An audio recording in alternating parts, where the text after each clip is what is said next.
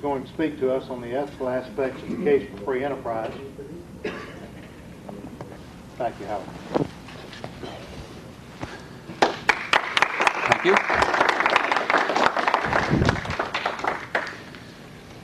You will see from your program that I'm supposed to be talking, as Corey told you, about the ethical importance of the free economy. I regret to say that that's a vicious lie. The title of this talk, what happened is that I changed my mind about what I wanted to talk about. The title of this talk, in case you want it for your notes, is The Welfare Tragedy. Nice title, eh? We've been talking in grand terms about the virtues of the free economy this morning. What about the poor? What about those who can't help themselves? Doesn't society have a responsibility to look after the needy?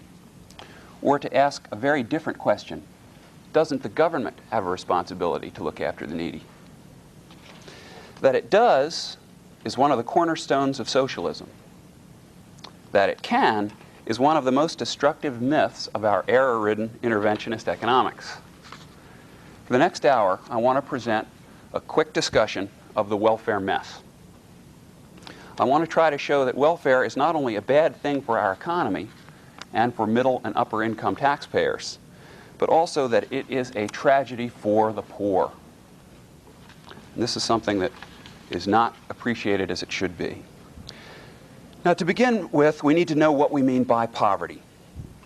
There are two basic ways in which we can define it. On the one hand, we can define poverty as the lack of basic needs. On the other, we can define it as the inability to get one's basic needs with one's own resources. One view looks at the effects. People don't have enough money to buy food, shelter, clothing, etc., therefore they're poor. The other view looks at causes. People have not earned enough to buy the food, shelter, clothing they need, and therefore they're poor. One view looks at just people's possessions. The other looks at their ability to get possessions. One is concerned just with what a person has. The other is concerned with his dependence or independence on exterior means of support.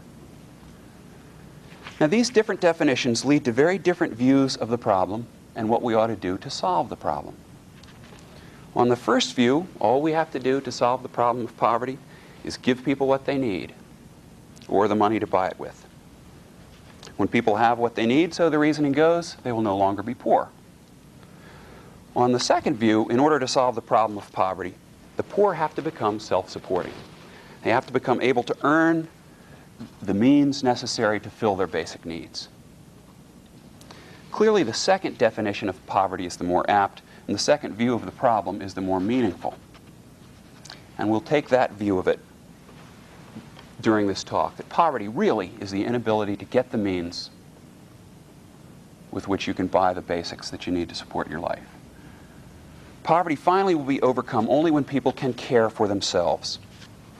It's not enough that they be living for the moment at an acceptable standard if they remain dependent. Just as one is not cured of a disease if he happens to be taking some medicine that temporarily relieves the symptoms. Keep this distinction in mind as we go along. It'll help us make sense of the welfare debate and understand more fully the effects of our welfare programs.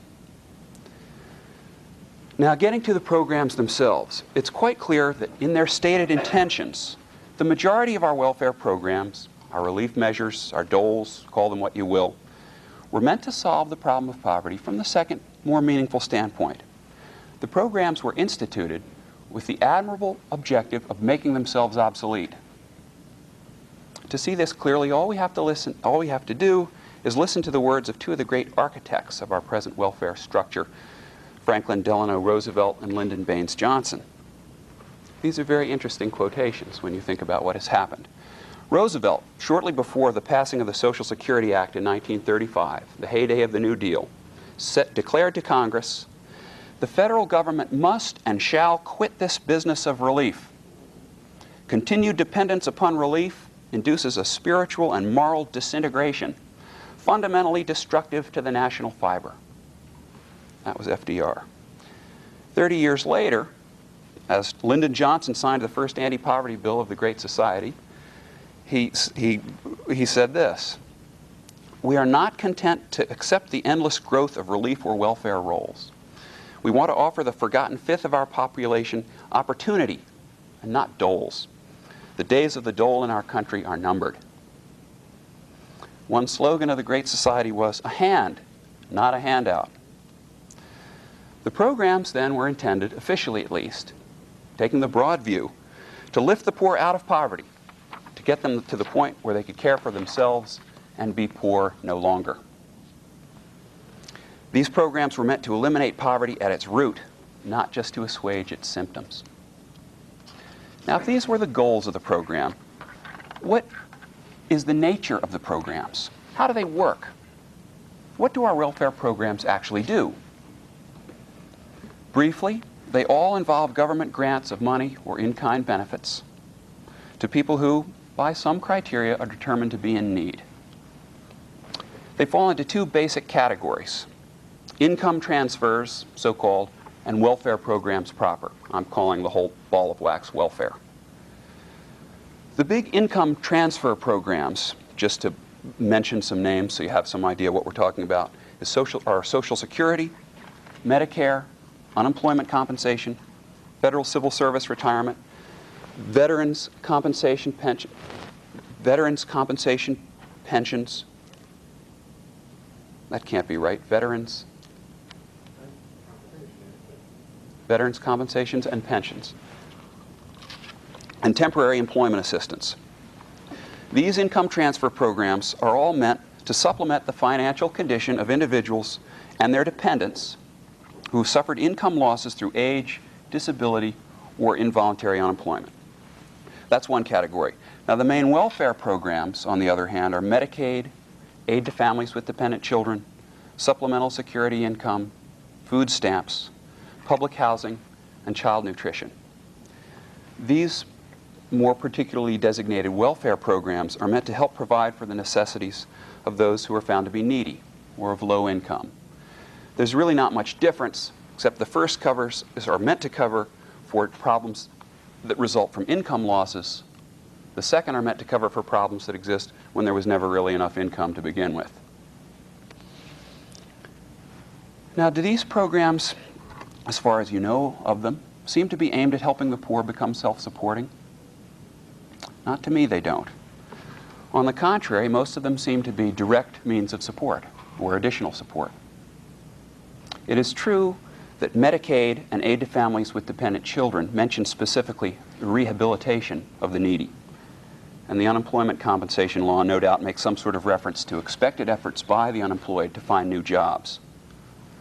But on the whole, the more specific objectives of these programs are conspicuously lacking in attention to any effort to help the poor become self-supporting. Many of them, especially the more direct benefits such as food stamps and public housing, are not aimed at spurring independence at all. They merely provide for certain needs. So while there is talk about solving the causes of poverty, in practice our welfare programs merely address the symptoms. In modern terminology, they throw money at the problem. They are classic welfare state policies. Now, what are the economics of these welfare programs? What can we expect from programs like these? Specifically, what can we expect the effects on poverty to be? Well, let me give you 5 basic ideas with which to approach an analysis of the question. The first I've mentioned, but it bears repeating. 1, poverty will be overcome in any meaningful sense only when people are self-supporting. Thus, an essential objective of any sound welfare program has to be to maximize self-sufficiency. 2, it is nevertheless possible to relieve some of the symptoms of poverty by spending a whole lot of money on them. 3, prosperity, the antithesis of poverty, ultimately depends on production. Unless there are goods produced in the marketplace and steadily replaced, there is no prosperity possible for anybody. If the stock of goods in the world is not steadily increased, higher levels of well-being overall are impossible. Other things being equal, if there are more goods in the world, if there's more food, more shelter, more medicine, more electric light, more shoes, more water heaters. There will be more to go around and less poverty overall. Thus, an important means of reducing poverty is to increase production. 4, people respond to incentives. This is perhaps the core of the so-called Austrian economics. People respond to incentives. For positive rewards, they tend to do more of a certain thing. For negative rewards, they tend to do less. 5, and last, to paraphrase Henry Hazlitt, good economics, sound economics, looks beyond short-term, obvious effects of any policy to see effects that are hidden and long-term. Applying this to welfare, we must look beyond the immediate obvious effects and advantages of such welfare programs that these programs provide to their recipients. Obvious effects such as the food stamps in people's hands, the medical aid, the additional income, and the like, and see effects that are hidden or long-term. For example, how do welfare programs affect employment? How do they affect wages, productivity, prices, all of which are extremely important to the poor, more important than to you and me? With these ideas in mind, let's make some guesses about what our country's welfare programs are likely to have brought about, just on the basis of this analysis. Then we'll move on to some statistics indicating what they have brought about. First of all, we should expect that the massive expenditures would diminish the actual need in the society, the symptoms of poverty. Where people lack basic needs, we have, through these programs, been providing the needs at a tremendous rate. We should expect, then, that there would be fewer people in the country now who still lack the basics than there were before these welfare programs were instituted. That's one anticipated effect, and that's the good news. But when we look beyond this obvious anticipated effect, especially when we start to think in terms of human action, people's response to the incentives associated with welfare, we get to the bad news. Think about how the system works. In brief, it works by taxing the general public in order to give benefits to the needy and the supposed to be needy. The benefits go mostly to people who are relatively unproductive. That's why they're needy. While the funds to pay for them come from people who are relatively productive. Now we know that for human beings, cash and in-kind benefits are a positive reward, while taxes are a negative reward. Thus, the welfare system tends to encourage unproductiveness and discourage productiveness. In hard terms, it rewards poverty and punishes prosperity. What effect should this have on self-sufficiency and production? Two essential aspects of any real solution to the poverty problem. If you reward poverty, will you tend to get more self-sufficiency or less? If you tax prosperity, will you tend to get more production or less? This leads us to the second result of the welfare system we should expect to occur: less self-sufficiency and less prosperity. Welfare should diminish self-sufficiency since it leads more people, primarily the poor and the disadvantaged, to accept unemployment, to accept poverty. It should diminish production in two ways. First, by denying society the potential product of those who are no longer producing because they're now on welfare. And second, by decreasing the ability and incentive to produce of those who are taxed for their efforts. Now, this is not to say, of course, that these are the only incentives that work on people, or that these incentives will be conclusive on a large majority of the population. We would hope that these incentives will only affect a few. But we do say definitely that these incentives will inevitably bring about a tendency toward less self-sufficiency and less production. That is, towards more poverty in the long run. Now, a thorough analysis of the effects of welfare must also consider all the good things that might have occurred in the absence of welfare, but cannot occur in its presence. For an important example, consider that the billions of dollars which go into welfare are no longer available for other things, such as investment. Many dollars spent on welfare would otherwise have been invested in new tools, new buildings, and the like. This investment would have created new employment opportunities, which is a means of self-sufficiency, and raised productivity, which is a means of higher production, more prosperity. With welfare, this investment never occurs. A third anticipated effect of welfare, then, is decreased investment, fewer desirable employment opportunities, and lower productivity. Again, all this means less prosperity overall. A fourth and final effect of government-provided welfare that we should expect, knowing the way human beings behave, is inefficiency and waste. This is a phenomenon that I like to call government failure. Mainstream economics talks about market failure. I think government failure is a far more significant and important effect. The inherent inability of government to do much of anything well. Since bureaucrats are paid out of tax revenues, which are collected regardless of whether or not the bureaucrats do a good job, there's little incentive for them to maintain high standards. Since the amount of taxpayers' money that passes through their hands depends on the size and perceived importance of their programs, the bureaucrats have an incentive to expand the numbers encompassed by these programs and to find new reasons for increasing the funding. Inefficiency and wastefulness. That is the nature of government services and the fourth anticipated effect of our welfare programs as they are. To sum up briefly, what economic analysis of our present welfare system leads us to expect is 1, a decrease in the actual symptoms of poverty. 2, an increase in the amount of dependence, real poverty. 3, less production and prosperity than there would otherwise have been. And 4, a substantial amount of waste and inefficiency. Now let's turn to the results of these welfare programs, our country's efforts to combat poverty, and see if our expectations are borne out in fact. Does the evidence seem to support the theory? Unfortunately, it does.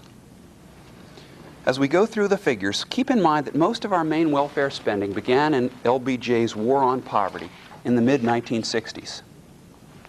Roughly speaking, the years 1965 to 68, and I'll mention these a number of times in the next little bit, were the turning point. Between 65 and 68, many new programs were passed, and the spending on nearly all of them just exploded.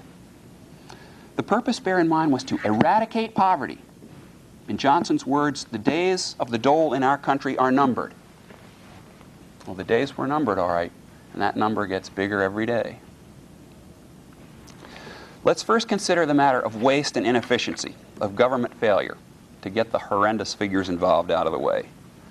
No matter how we look at the numbers, we find a rather impressive disparity between the amount of money spent for the stated purpose of relieving poverty and the amount the poor actually receive. Take just the means-tested programs to begin with. Now, means-tested programs are those that people are not eligible for unless their income falls below a certain level. Unlike, say, Social Security, for which everybody is eligible, even billionaires. The Grace Commission found that in 1981, the total spent on these programs, the total spent on just the means-tested programs, was 2.5 times as much as the total necessary to raise all officially poor people above the poverty line. But that the poor, those officially declared poor, were only getting 30% of that total. The other 70% was going to people officially above the poverty line. Now, we talk about waste and inefficiency. There's a little waste and inefficiency. But that's just the means-tested programs. Income transfer programs like Social Security are also, in theory, and in the motivation behind them, meant to take care of people in some sense needy. The theory is that when one retires, becomes disabled, he no longer has his working income to live on and therefore needs support.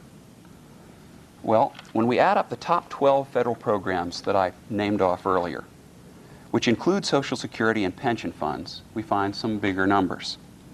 In 1978, for example, the federal government alone, not state and local governments, spent over $190 billion on these programs. That's about $864 for every man, woman, and child in the country. If that amount had been split among the 25 or so million people at that time officially declared to be poor, it would have come to $7,600 each. but the poor didn't get all that money. And that's just the top 12 federal programs. Let's look at the whole picture.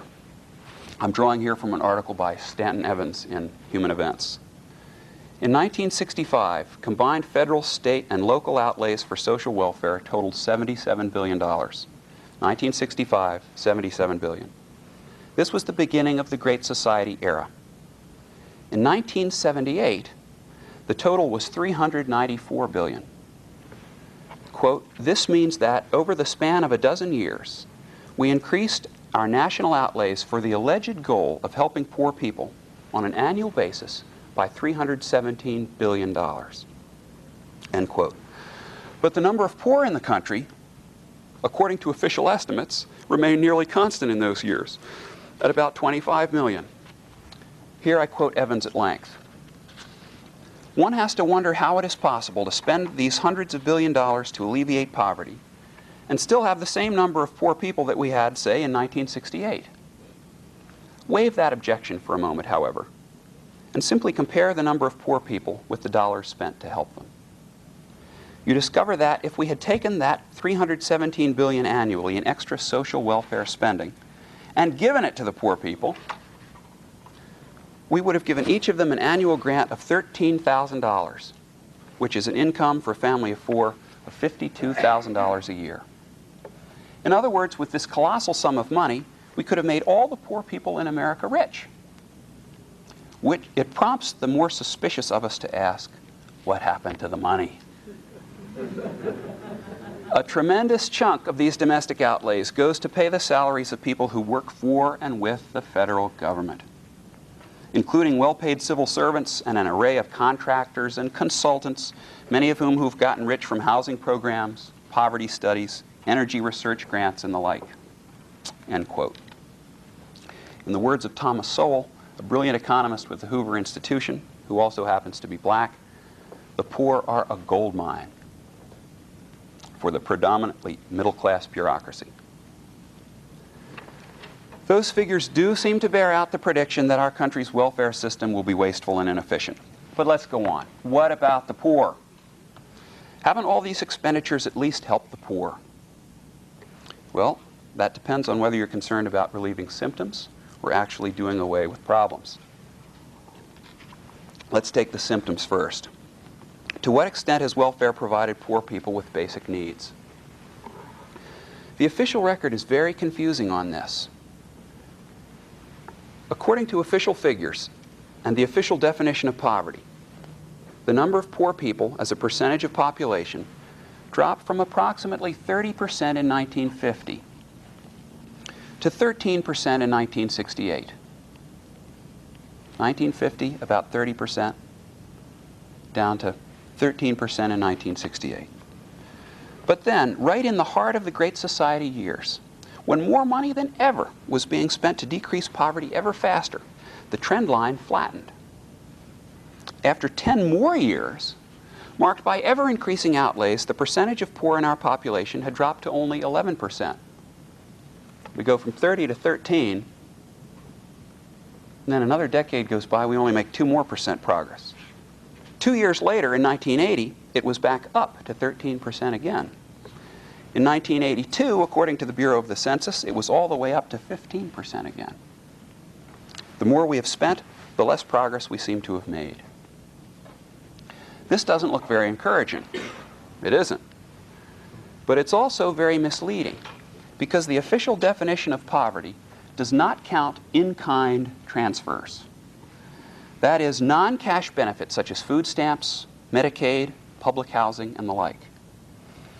If material benefits such as these are counted in, the lack of basic needs still existing in our country does not seem so glaring.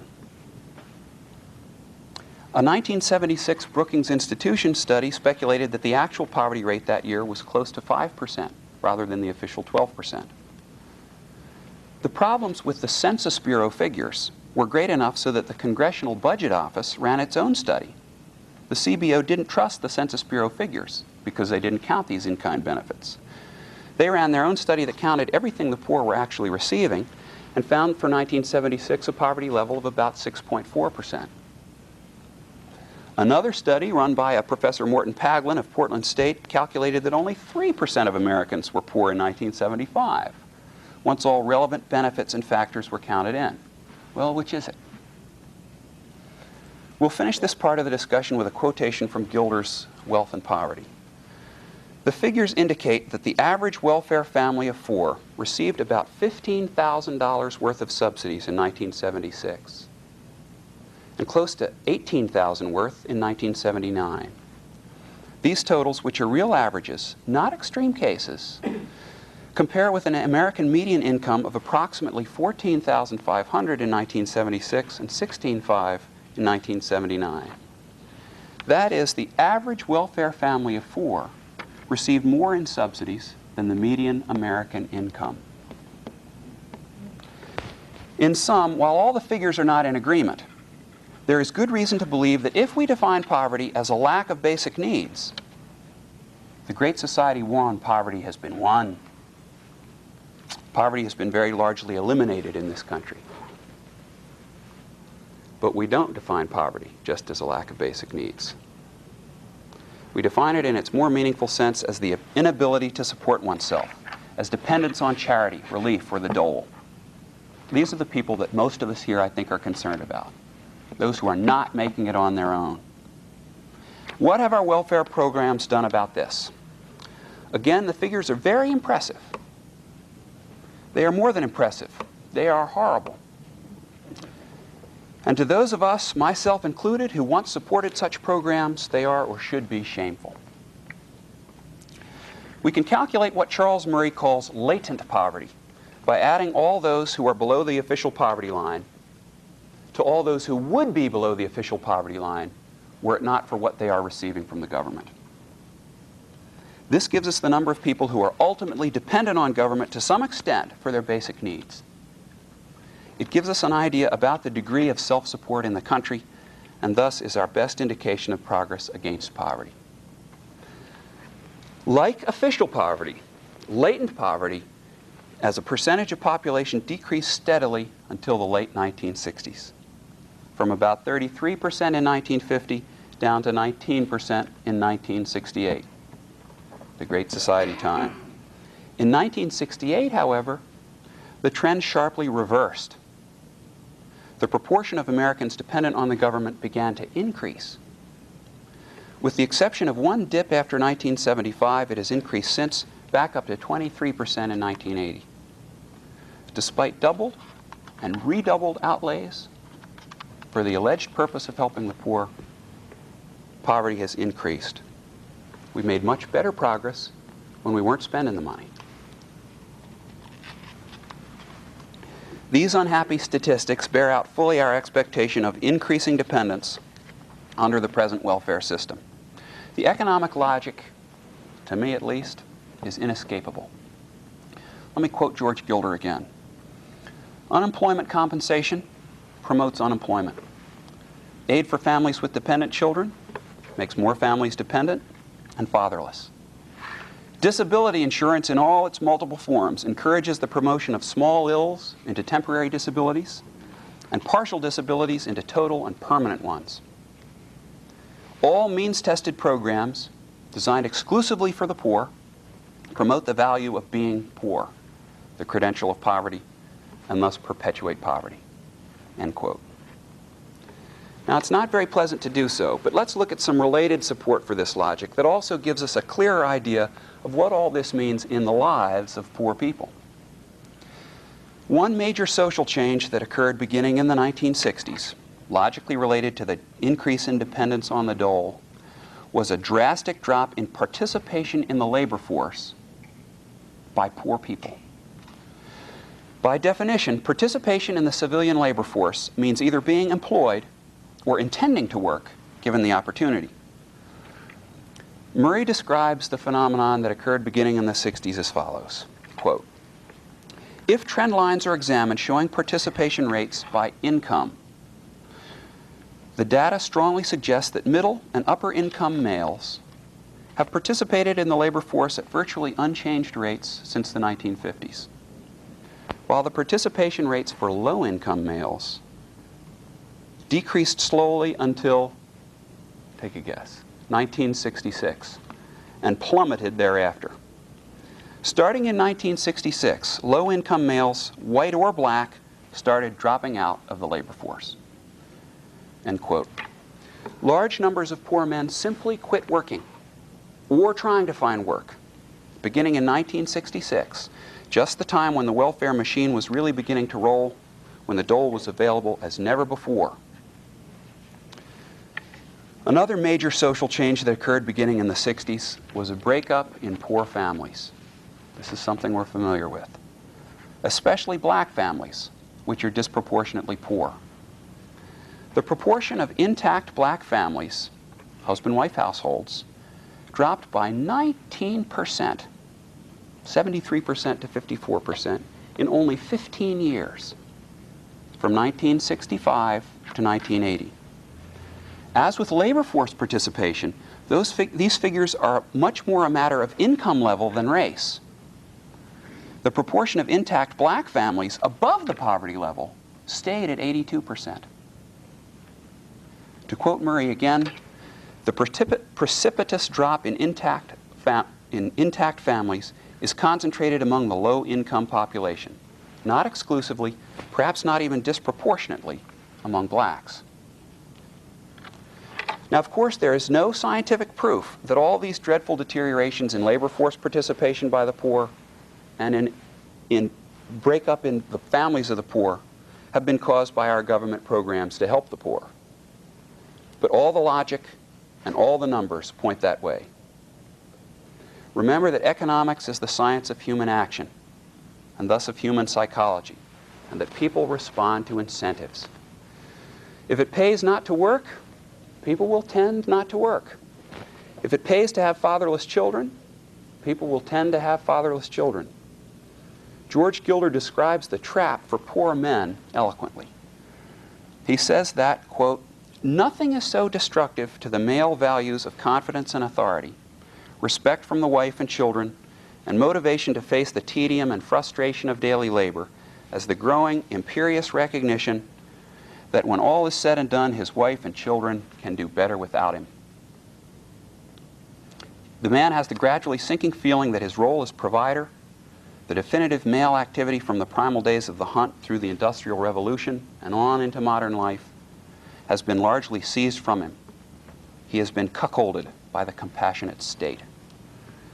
His response to this reality is that very combination of resignation and rage, resignation and rage, escapism and violence, short horizons and promiscuous sexuality that characterizes everywhere the life of the poor. But in this instance, the pattern is not so much a necessary reflection of economic conditions as an arbitrary imposition of policy. A policy that by depriving poor families of strong fathers, both dooms them to poverty and damages the economic prospects of the children. In the welfare culture, money becomes not something earned by men through hard work, but a right conferred on women by the state. Protest and complaint replace diligence and discipline as the sources of pay. Boys grow up seeking support from women, while they find manhood in the macho circles of the street and the bar, or in the irresponsible fathering of random progeny.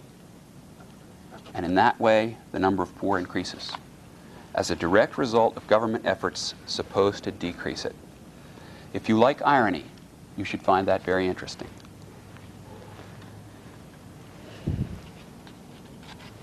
The last effect of welfare we anticipated as a result of the quick theoretical analysis at the beginning was a decrease in our standard of living. Now, I won't dwell on this more than to recapitulate it, because it's something that does not avail itself of proof very well. But I'll give you one statistic. The reasoning goes, first, that if fewer people are working and producing, the society as a whole has less than it would if more people were producing. Welfare induces many people to stop working or work less. Hence, our overall standard of living must be lower than it would be without welfare. Second, when productive people are taxed to support welfare, they have less incentive to produce and less resources with which to produce. Hence, again, our overall standard of living must be lower than it would be without welfare.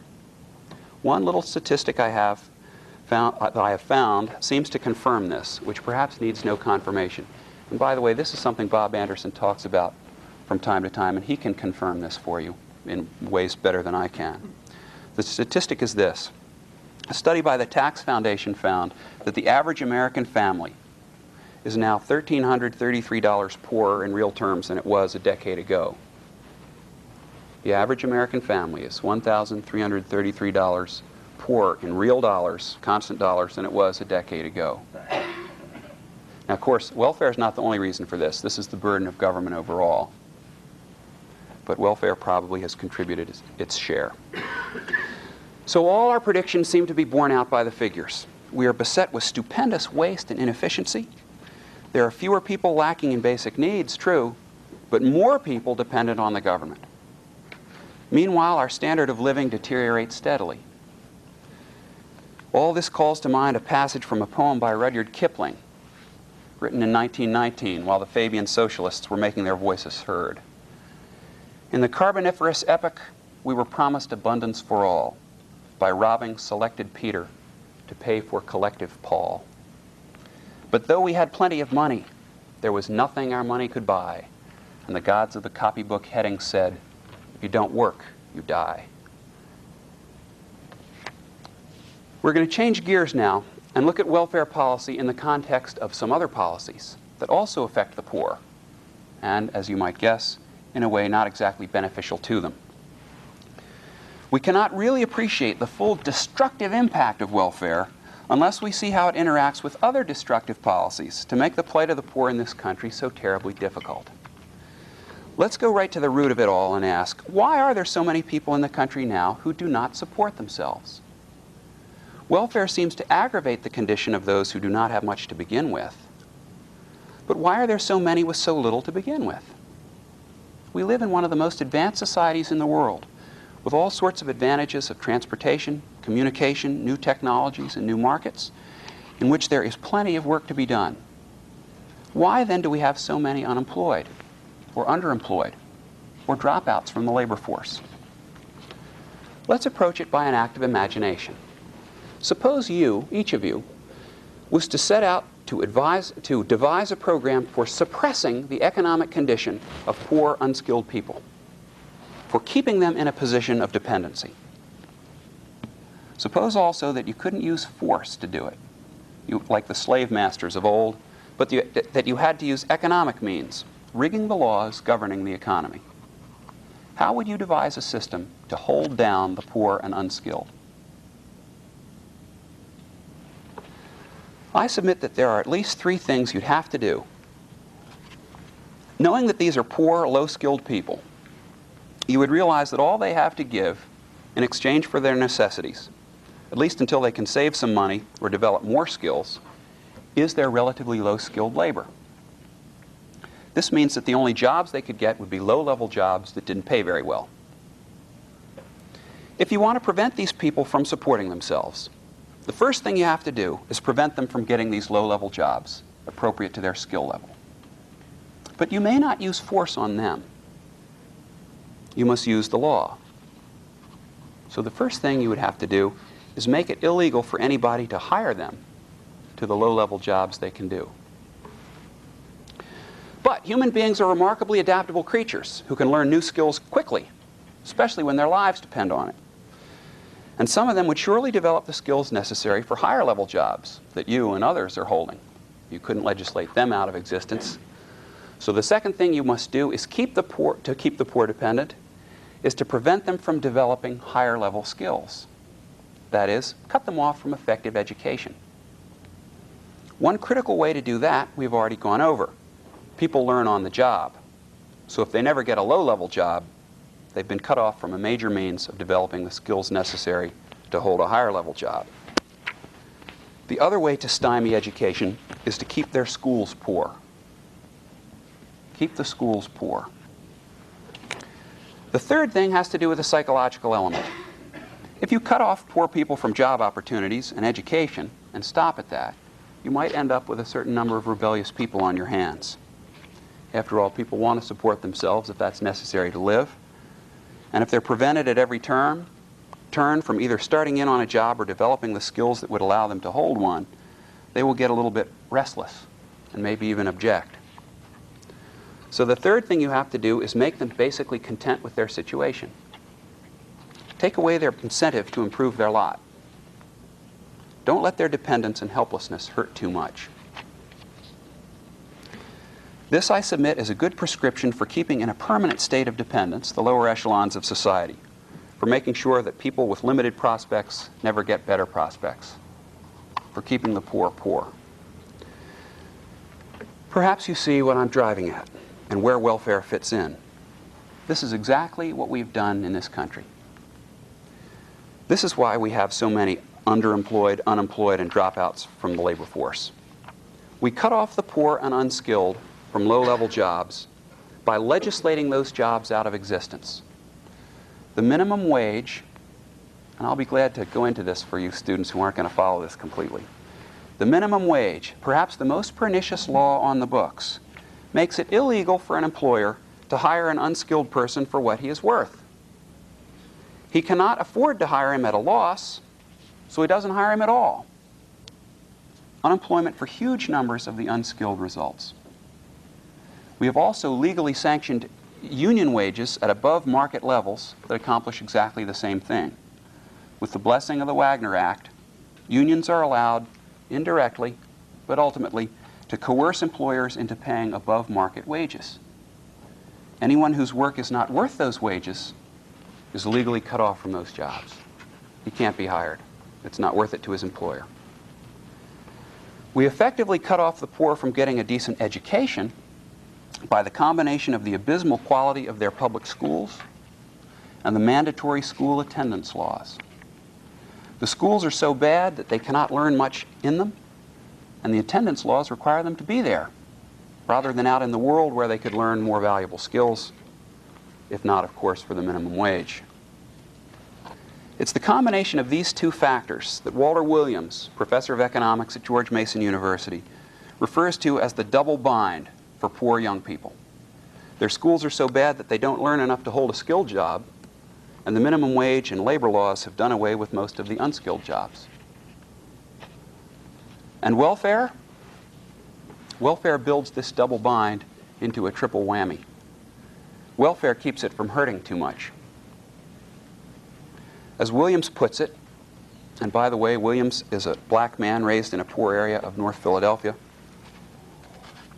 the redistribution of income represented in the Job Corps, summer work programs, CETA, food stamps, public service employment, and welfare really constitutes a subsidy from society at large, who pay the taxes, to those who have used the various powers of government to restrict or eliminate job opportunity.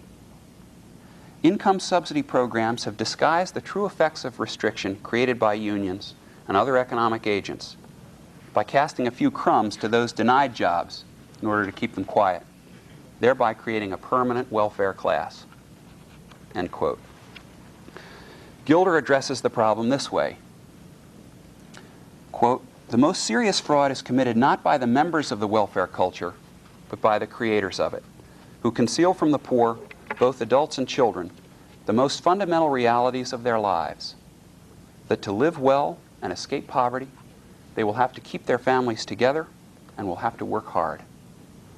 In order to succeed, the poor need most of all the spur of their poverty." The cruel fact, ladies and gentlemen, all good intentions aside, is that welfare does not solve or even diminish poverty. Welfare increases, solidifies, deepens, and entrenches poverty. Welfare itself is a major part of the poverty problem in this country. Welfare is a stupendous failure, a catastrophe for our society, and especially for the poor. Middle class, middle and upper income taxpayers aside, that's only part of the tragedy. To me, the bigger part of the tragedy is what it does to the people who don't have any opportunity that we have to begin with. It's one of the vast, tragic ironies of our age that from the desires of good-hearted people to see poverty diminished have sprung policies which increase poverty instead. Now, to those of a philosophical bent, this should not be surprising, Because, after all, the very idea of welfare is corrupt at its core. Welfare in principle is wrong. This is a fact that most people have not recognized, either because they have not thought about it seriously or because they refuse to accept it. The prevalent idea is that welfare, or socialism, or whatever version of collectivism you like, is basically a good and moral idea which, unfortunately, just doesn't happen to work. I confess with shame that I once believed this. I remember saying it to somebody. But that idea is false. The essence of socialism, welfarism, whatever, is force, violence, the violation of rights, the obstruction of liberty. Any policies based on that philosophy are bound to fail. And even if it did work, even if welfare promoted prosperity for all, it would still be wrong and still be bad policy, because the means it depends on, physical force and violence, have no place in human society. We don't have time to go into the ethics of welfare at any length, but before closing, let's at least mention a few of the more important considerations. First, there is the plain fact that welfare violates property rights. Under welfare, some people's property is seized and given to others. If we take property rights seriously, this is unacceptable. Second, need is not a claim. One person's need is simply a fact of his own life. It gives him no claim on any other person's life. Surely people who are well off often give to those in need, but when they do it as an act of charity, not the payment of a debt. Third, inequalities of income or possessions are not in themselves a matter of fairness, though how people came to have their incomes and possessions might very well be. All that fairness requires is that property rights be respected and agreements be kept. In this regard, we would do well to remember Walter Williams' wonderfully tough-minded definition of social justice. You keep what you earn, I keep what I earn. That's social justice. Fourth, there are no such things as social goals or the rights of society, which can override individual rights. Society is only a collection of individuals. It is not an entity at all. Therefore, it can have no rights. Fifth, forced giving is not giving at all. There's nothing charitable whatever about welfare. Forced income redistribution involves no giving. It is simply the combination of two discrete processes: the seizing of property from some people and the handing it over to others. Sixth, welfare makes a mockery of freedom. Those whose property is seized are not free to spend or use it as they wish. This means that during the whole time they spend earning that property, they are not, in essence, free to live their lives in pursuit of their own goals. Seventh, it's wrong for some people to use force and threaten violence on peaceful others. And that is what welfare taxation requires. Eighth and last, the whole system is ungenerous. If generosity is a generally desirable and applicable principle, which I happen to think it is, then it must apply from the poorer to the richer, as well as from the richer to the poorer. That is, all people must interact with others only in such ways as contribute to the other's welfare. As every interaction is two-way, this means that no interactions are compatible with generosity except those that involve mutual benefit. In other words, the only proper giving is the giving one wants to do and does voluntarily. No forced giving is compatible with generosity. Frédéric Bastiat, the wonderful Frenchman who wrote in the middle 1800s, sums it up well in his work, The Law, which you can get from the Foundation if you're interested. You say there are persons who have no money, and you turn to the law. But the law is not a breast that fills itself with milk, nor are the lacteal veins of the law supplied with milk from a source outside the society. Nothing can enter the public treasury for the benefit of one citizen or one class of citizens. Nothing can enter the public treasury for the benefit of one citizen or one class unless other citizens and other classes have been forced to send it in. If every person draws from the Treasury the amount he has put in it, it is true that the law then plunders nobody. But this procedure does nothing for persons who have no money. It does not promote equalization of income. The law can be an instrument of equalization only as it takes from some persons and gives to other persons. When the law does this, it is an instrument of plunder. With this in mind, examine the protective tariffs, subsidies, guaranteed profits, guaranteed jobs, relief and welfare schemes, public education, progressive taxation, free credit, and public works. You will find that they are always based on legal plunder, organized injustice. The solution to the problem of poverty, the alternative to welfare, is liberty. Abolish minimum wages. Abolish special privileges for labor unions. Abolish tax-supported schooling. Abolish mandatory attendance laws. And abolish every last trace of welfare. Let free people pursue happiness in their own way, and soon enough poverty would be no more. In closing, let me read some fundamental facts set out by Abraham Lincoln, which sum up the subject nicely. This is quoted from Lincoln. "You cannot strengthen the weak by weakening the strong. You cannot help small men by tearing down big men. You cannot help the poor by destroying the rich. You cannot help the wage earner by pulling down the wage payer. You cannot further the brotherhood of man by inciting class hatreds. You cannot build character and courage by taking away a man's independence. You cannot help men permanently by doing for them what they could do for themselves." Thank you very much.